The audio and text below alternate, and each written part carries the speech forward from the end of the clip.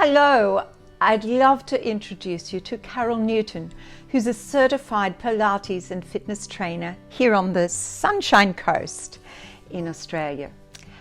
I've had the pleasure of taking your classes, Carol, to build up my stamina for the first live PBT class that's coming up.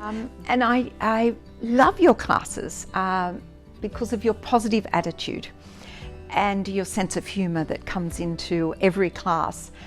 And it made me think and do some research on you, and that you have this program called Bonjour Wellness, which I looked it up and I thought, how wonderful and inspiring, because today, especially in this uncertain time at the moment, teaching is more than just asking the student to point their toes. Yes. We have such a powerful role, and I think you empower through this program. Tell us about your goals and a little bit about this workshop, because I feel your inspiration could help the teachers around the world. Yes, well, thank you, and for having classes since you've started the classes, so bringing lots of joy into the class. So Bonjour Wellness is a company I started a few years ago, and it was initially to coach women to eat well, think well, and feel well. And I met lots of women through that coaching, and I realized that for women to feel empowered, sometimes we have to start pretty early on. And so I came across a program called Standing Strong, which is a well-being program for young girls aged 5 to 17-year-old. And it's all about empowering girls to feel happier, healthier, and more inspired in lives. And so this is why I'm aiming for in my workshops with young girls and in my term programs as well, and all done in a fun environment and non-competitive environment. Yeah. Sometimes there's just too much competition. There is, yes. Too much pressure. Yeah. Fantastic. Yeah. So what kind of things would you cover in a workshop? So with Standing Strong, we always use 3 components, which are the strong body, which is a physical part of the workshop. And so we might do dancing, or we might do shadow boxing, or an obstacle course. We just want to engage girls with movement in general. Yes. Then we go into Strong Mind, which is a discussion-based session. And so we might talk about friendship changes or body transformations, bullying, self-esteem. So lots of the topics that are important to them. And that's very flexible as well. I can see from the dynamic in the group what the girls are going to need from week to week. And then the last part is Strong Heart, which is more like a mindfulness-based session.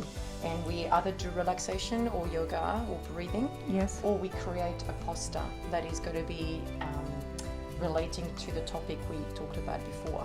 So it's really the unique aspect of Standing Strong is that it brings up those 3 components together, which I find is essential when you look for true well-being.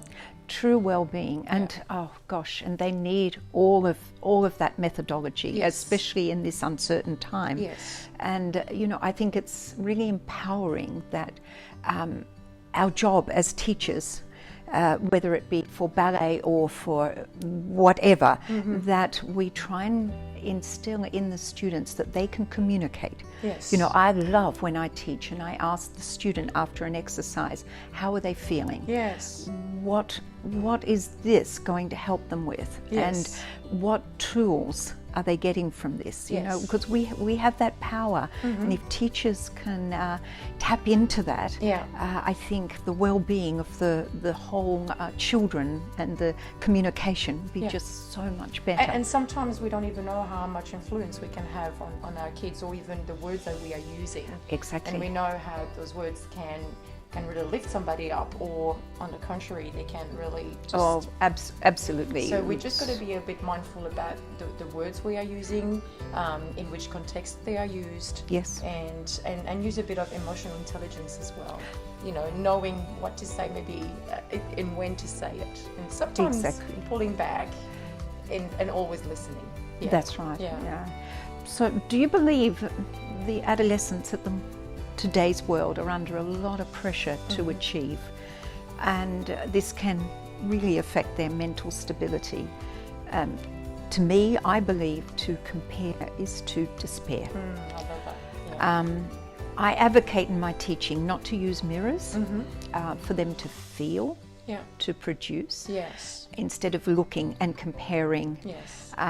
You know, I do think social media has some destructive, influence Yes. as well. You know, yeah. So, what's your advice? Yeah, I think it's really definitely that competitiveness and also that comparison. It's very hard for young girls these days to find their individuality, and then once they find it, actually be brave enough to show it. You know, to demonstrate it. It just makes it really hard, and sometimes all they want to do is fit in. And they just That's want right. to be part of a group, and maybe the popular group, and it's really hard for them. They feel rejected if it's not happening, and they feel that something is wrong with them. And I think we need to really help them understand that there's nothing wrong with them, that everybody is unique, and this is why it's so beautiful about this world. The comparing it can be really.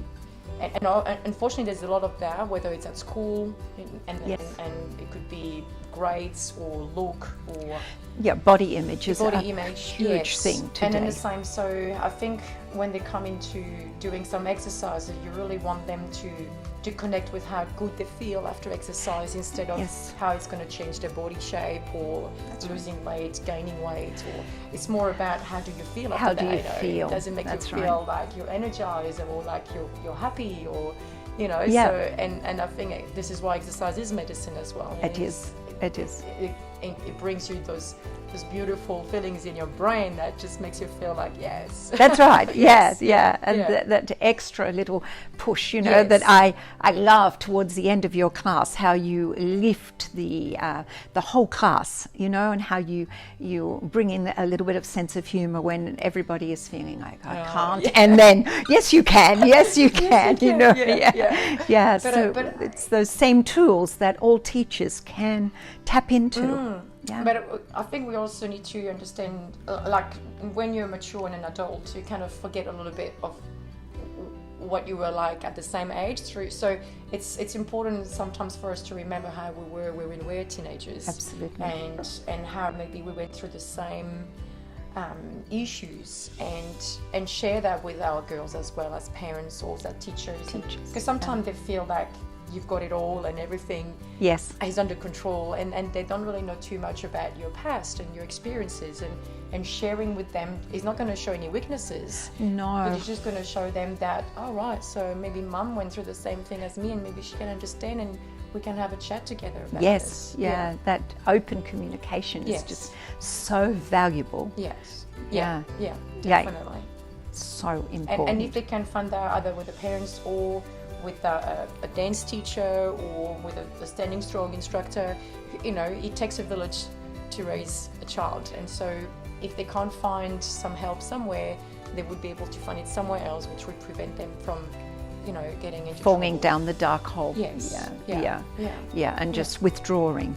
Or just going towards the wrong people for advice. Yes, exactly. Or for support. I love what you're doing, and I think many teachers can take this on board. So thank you, Carol, for your wisdom and your sense of humour. You make me feel positive, and I think that this methodology, I'd like to try and encourage every teacher to take that on board. And it may mean we take a little bit out of the back end of the class. And, like I was saying, I like to go around every student at the end of the class and ask them what they've taken from today, and have they got any questions. And if that takes up a little bit more time, it is as important, the communication skills and feeling positive. It's as important as correcting that sickle foot or getting that leg higher or that extra pirouette. That's right. And also praising, when and not just when something is corrected, but just for the awareness, for being there, just for turning up. That's right. Yes. And I know we're Standing Strong. We always finish sessions with our grateful. So we always share what we are grateful for the day, or what happened during the week. And again, it's that concept of living with a positive aspect towards the end of the class. And we know how gratitude is so important for happiness and so many beautiful emotions coming from there. Exactly. Yeah.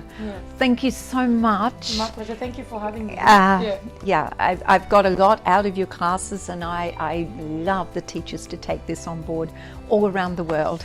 So merci. Avec plaisir.